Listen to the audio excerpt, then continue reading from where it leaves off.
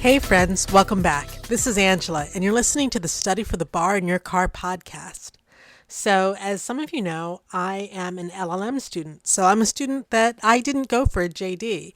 And the reason why I went for an LLM is because I'm a dual citizen. I went to law school overseas, and then I came back to the US and I had to go to law school again. But instead of doing a 3-year JD program, I did a 1-year LLM program. That was on top of the years that I did my LLB over in the UK. And why would I do this as an American? I don't know. Maybe I like to make my life harder. But really, the reason I went this way was not really by design, but I was working in another industry. I was making good money. I did not want to put my career, which was going places, on hold to study law school for 3 years. Now, when I go back and think about it, should I have done that? Maybe. But I'm happy with the path that I took. I'm happy that I got to live in some really incredible places. So I went to school part-time. I went to law school part-time, and online, and in another country, and on a full scholarship. So I achieved all those things that I never thought I could do. So does it make it harder passing the bar in the US? I don't know if so much harder, but it makes it harder to get admittance to particular states, because there's some states that just really aren't friendly to LLMs. So New Jersey is a state where if you want to practice law there, you have to have a JD from an ABA law school, American Bar Association, that is. I'm sure everyone here already knows that, but in case there's some non-lawyers listening, that's what it is. But even a state like Pennsylvania, you can have an LLM, but in order to practice in Pennsylvania, you have to pass the bar somewhere else and practice somewhere else for 5 years, and then you're eligible to take the bar in Pennsylvania. So there are endless hoops that you have to jump through as an LLM student. And you know what? I am now an expert hoop jumper. I have been through so many hoops and gone through so much. And I'm also putting together a database of where LLM students can take the bar exam. Anyhow, enough about my life and my LLM journey. So this is the podcast here, Study for the Bar in Your Car, where we use AI to delve into topics. So what I've done is I've taken my notes. So I've taken the bar exam a couple of times. I've taken all my bar exam notes and the outlines that I've done. I've put them into AI, and from the AI, I've asked the AI to create a podcast. So you'll be listening to a podcast within a podcast. I call these 2 podcast hosts, which are bots. I call them Ma and Claude. And they sound probably more real than I do. It does get a little bit cheesy because they'll keep saying Angela's notes, Angela's notes, Angela's outline, Angela's notes. And it's, I sort of want to roll my eyes at that. I'm like, okay, I get it. Yeah, they're my notes. But I think they do a pretty decent job of going through the material, and I'm able to listen to the material and learn in a new way. So a few things to keep in mind. I'm just a student like you. I'm just a law student. I'm not an expert. I'm not an attorney. I have not passed a state bar, but I am barred in 2 Native American tribes. That's a whole different story. I'll get into that one day. I'm not giving legal advice here. I've just literally put my own comprehensive notes into AI, and the podcast you're going to hear from Ma and Claude is the result of that output. 3, AI isn't always correct. So if there's an error, let me know. Don't get mad at me. I'm just a student, so I'm trying to figure this out just like you guys. And my whole purpose in doing this podcast is so that I can pass the bar exam. But if you can pass it too, then that's a bonus. But I'm doing this really for me.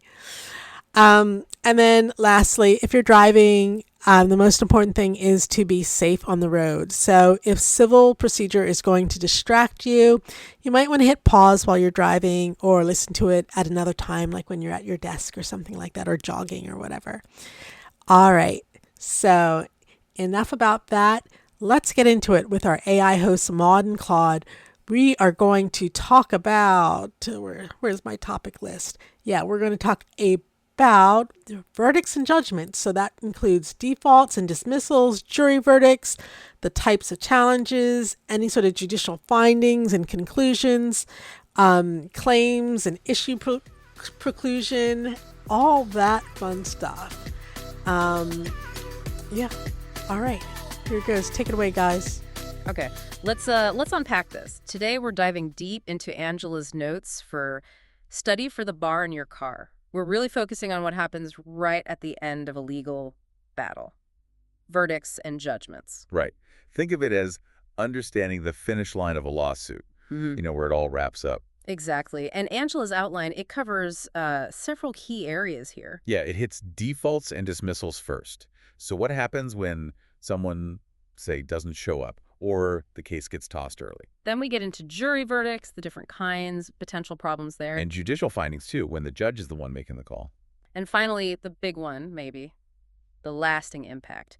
Claim and issue preclusion, what sticks. Absolutely. So our mission today, really using Angela's notes, is to cut through all that dense legal language. Yeah, pull out the key insights, those aha moments, right? Exactly. So you can grasp these endgame concepts quickly, thoroughly. We'll use some examples from Angela's stuff, too. Hopefully make it stick. Sounds good.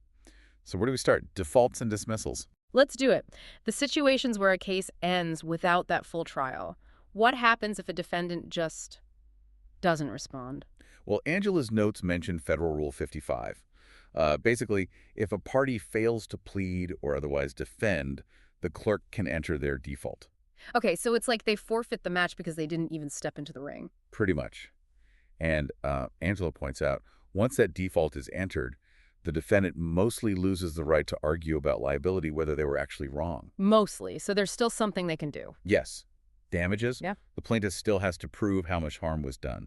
And the defaulting defendant, they can actually be heard on that issue, how much is owed. Ah, okay. So liability is kind of set, but the amount isn't automatic. Exactly. And here's a really key point from Angela. The amount the plaintiff asked for in their initial complaint, that's the ceiling. So they can't suddenly inflate the damages way beyond what they first claimed just because the other side defaulted? Right.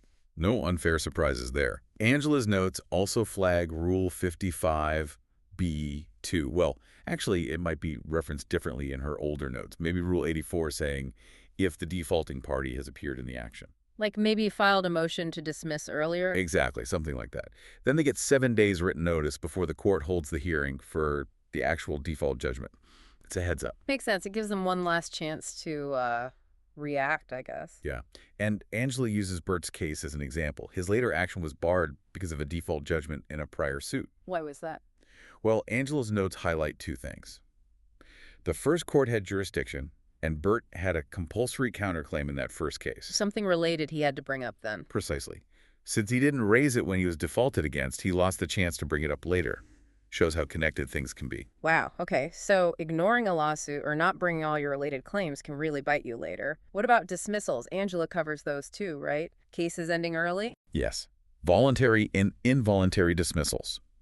Angela's notes, likely citing Rule 41, explain that a plaintiff can usually dismiss their own case voluntarily without a court order pretty early on. Like before the defendant answers. Right, before an answer or a motion for summary judgment is served. And usually this is without prejudice. Meaning they can refile the case later if they want, like a mulligan? Sort of, yeah. But Angela stresses a big but. Oh. If the plaintiff voluntarily dismisses the same claim a second time, that second dismissal acts as a dismissal with prejudice. Okay, and with prejudice means? It's done. Final. Yeah. On the merits. You can't refile that claim again. Game over for that specific claim. Got it. One mulligan? Maybe, but not two. What about involuntary dismissal? When the defendant wants the case out? Angela's notes mention this too. A defendant can move for it if the plaintiff isn't following the rules, ignoring court orders, or just, failing to prosecute the action, letting it sit there. Makes sense. You can't just file and forget. And Angela also flags dismissal for lack of personal jurisdiction. The court just doesn't have power over the defendant. And Rule formulator requires dismissal if service isn't made properly within 90 days, unless there's good cause. So lots of ways a case can get booted before trial. But you mentioned on the merits. Angela's notes seem to really emphasize that not all dismissals are treated the same for future lawsuits. That's absolutely critical. Angela's notes, referencing the Semtec case and general principles, clarify this. Dismissals for lack of jurisdiction, or wrong venue, or failing to join a necessary party. Those are usually not considered on the merits. Meaning they generally don't prevent the plaintiff from refiling the case in the right court or the right place or after fixing the party issue. It's about the procedural setup, not the substance of the claim itself. Okay, so fixing a technical error doesn't kill your claim forever. But what about dismissals for, say, failure to state a claim? Angela's notes say those can be on the merits. Yes, they can. Because there, the court is looking at the plaintiff's allegations and saying, even if everything you allege is true, there's no legal basis for your lawsuit. That goes to the heart of the claim's validity. Right. It's about the substance. Exactly. And Angela gives an example, a state court dismissal with prejudice because a plaintiff kept skipping depositions. That dismissal was given preclusive effect in a later federal case. So even a dismissal based on bad behavior, if it's with prejudice, can stop you from trying again elsewhere. It certainly can.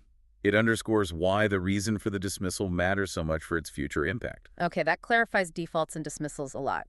Let's shift gears. What if the case does go to a jury trial?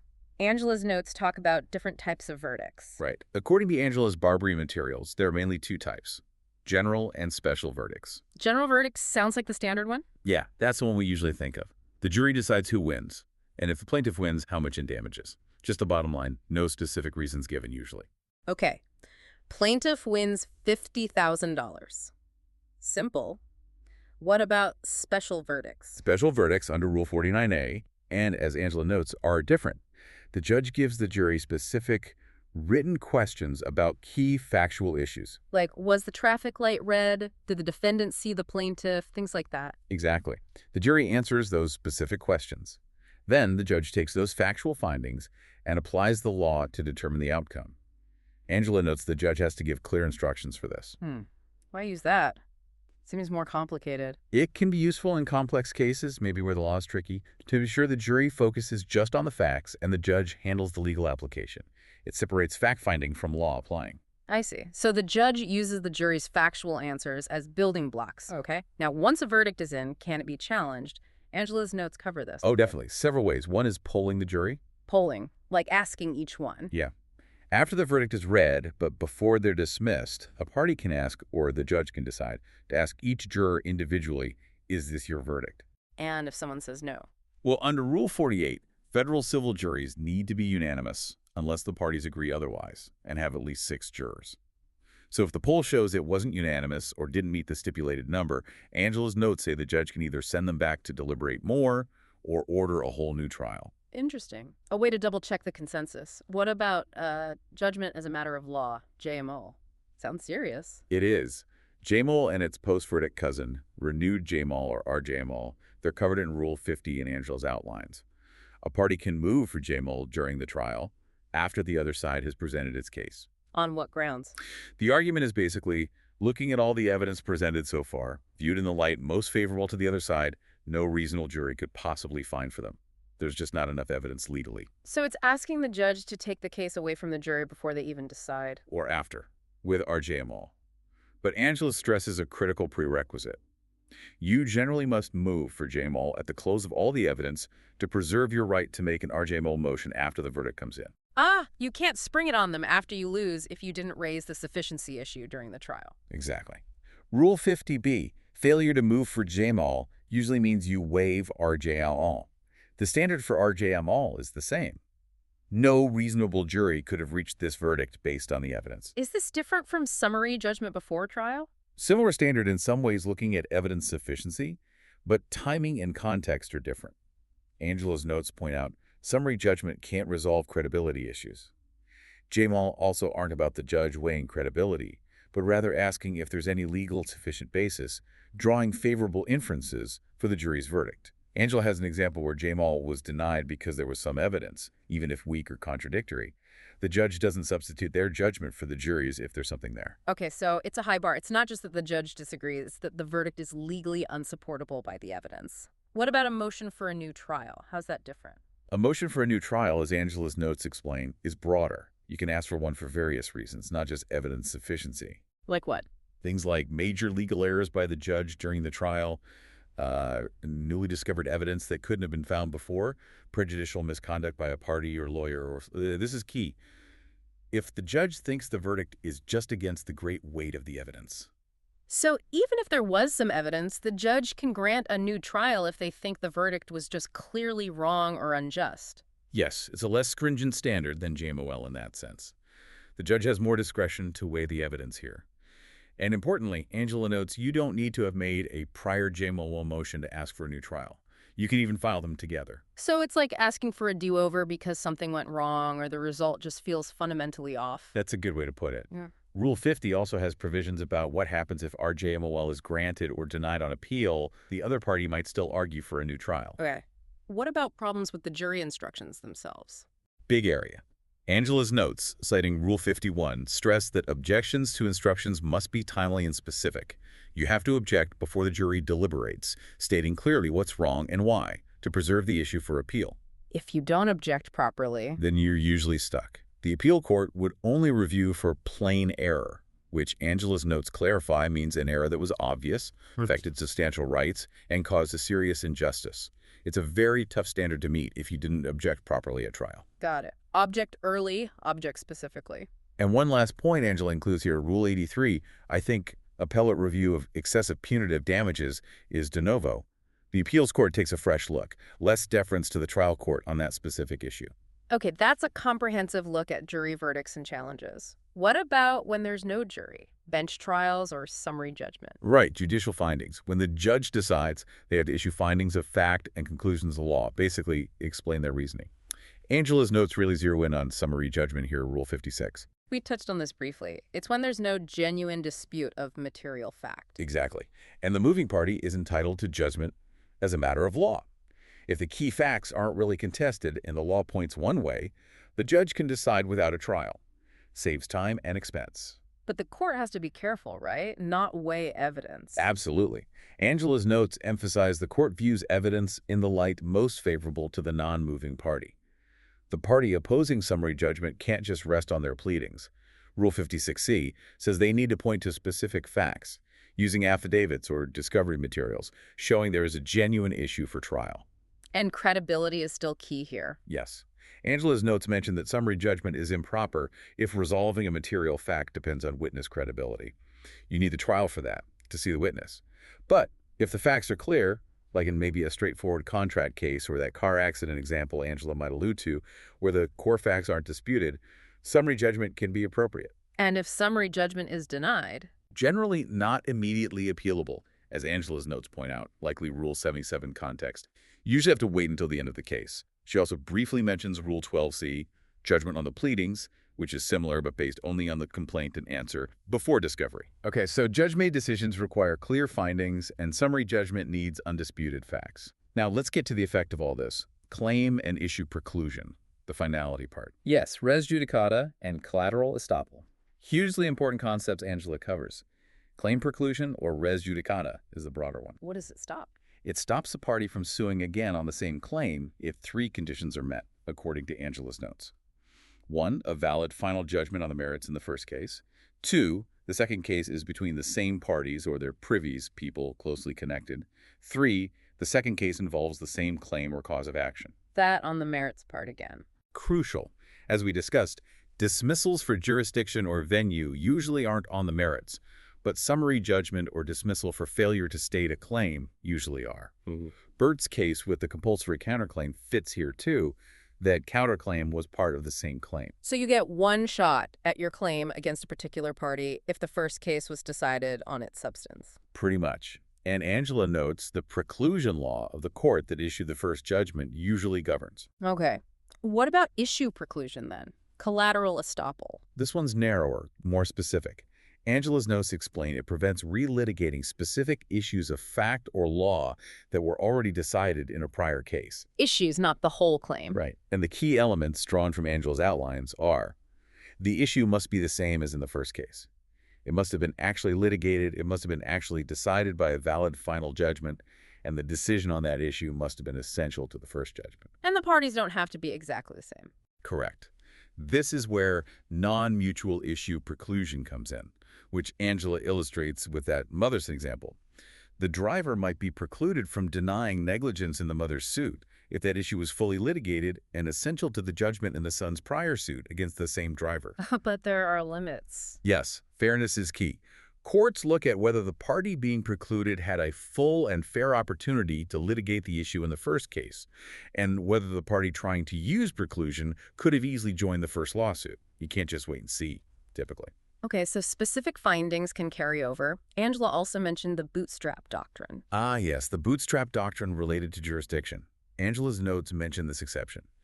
If the question of whether the first court had jurisdiction was itself fully litigated and decided in that first case, that decision on jurisdiction is binding res judicata, applies even to the jurisdictional finding itself, even if it might have been wrong. Wow. So you can be stuck with a court's decision that it had power, even if it maybe didn't, as long as you fought that issue there and lost. It promotes finality, even on jurisdictional questions, once they're actually battled out. And lastly, full faith and credit. How does that fit? Angela's notes connect this constitutionally. The full faith and credit clause requires states and federal courts to recognize and enforce the valid judgments of other states' courts. It ensures that a judgment from, say, California is respected in New York, provided the first court had jurisdiction and the process was fair. It makes judgments portable, essentially. Okay, that ties it all together nicely.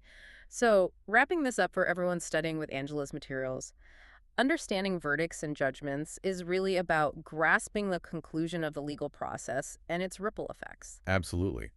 Knowing the difference between a default and a dismissal with prejudice, understanding how jury verdicts work and can be challenged with things like RJML or motions for new trial, and crucially getting the hang of claim and issue preclusion, these are vital. It helps you analyze those bar exam fact patterns, doesn't it? Seeing how a prior event or ruling might block a current lawsuit. Exactly. It's about the life cycle of the dispute. And here's something to really chew on, building on what we discussed. Think about that issue preclusion idea. A single finding in one case, like whether a product was defective, could potentially influence dozens, maybe hundreds of later cases involving the same product but different plaintiffs, right? That's the potential power and complexity of issue preclusion, especially non-mutual issue preclusion. It raises questions about fairness, efficiency, and who gets bound by what decision. Definitely. This dive into Angela's notes, it really just opens the door. There are so many nuances, federal versus state preclusion rules, specific applications of non-mutual estoppel. For sure. The key is to keep digging, keep asking questions, just like Angela's Study for the Bar in Your Car encourages. Keep building that foundation. Couldn't agree more. Keep at it and you'll get there.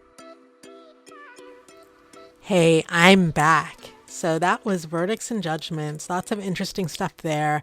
And a lot of the stuff in verdicts and judgments, if you work as a judicial law clerk or even as like a law clerk with a regular attorney, this is stuff that you will deal with all the time.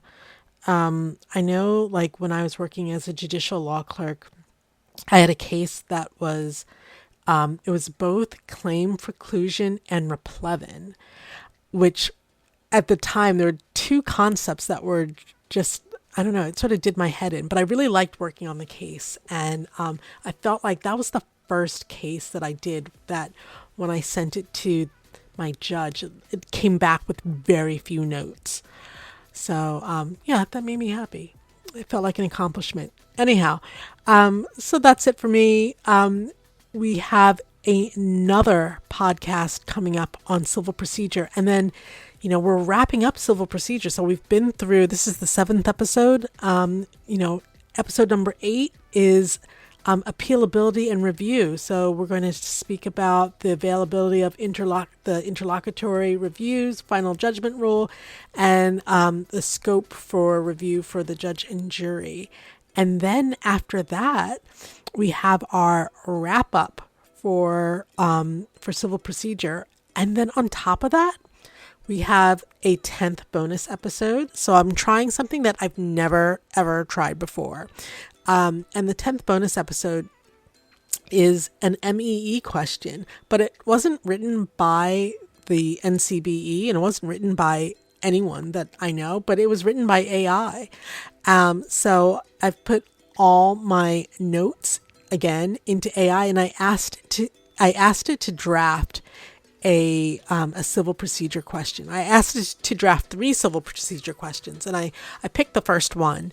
And then I said, okay, don't just draft the question, but draft me an answer as well. Give me a model answer.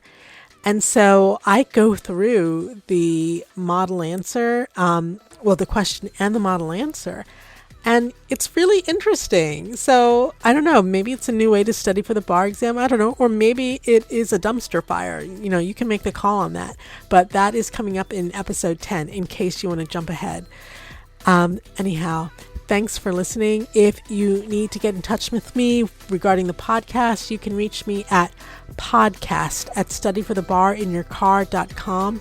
If you're interested in hiring me as a law clerk, so if you're an attorney or you know an attorney who needs some extra legal work done, you can find me at hello@legalwriterandlawclerk.com. Anyhow, thanks for listening, and we will see you on episode 8.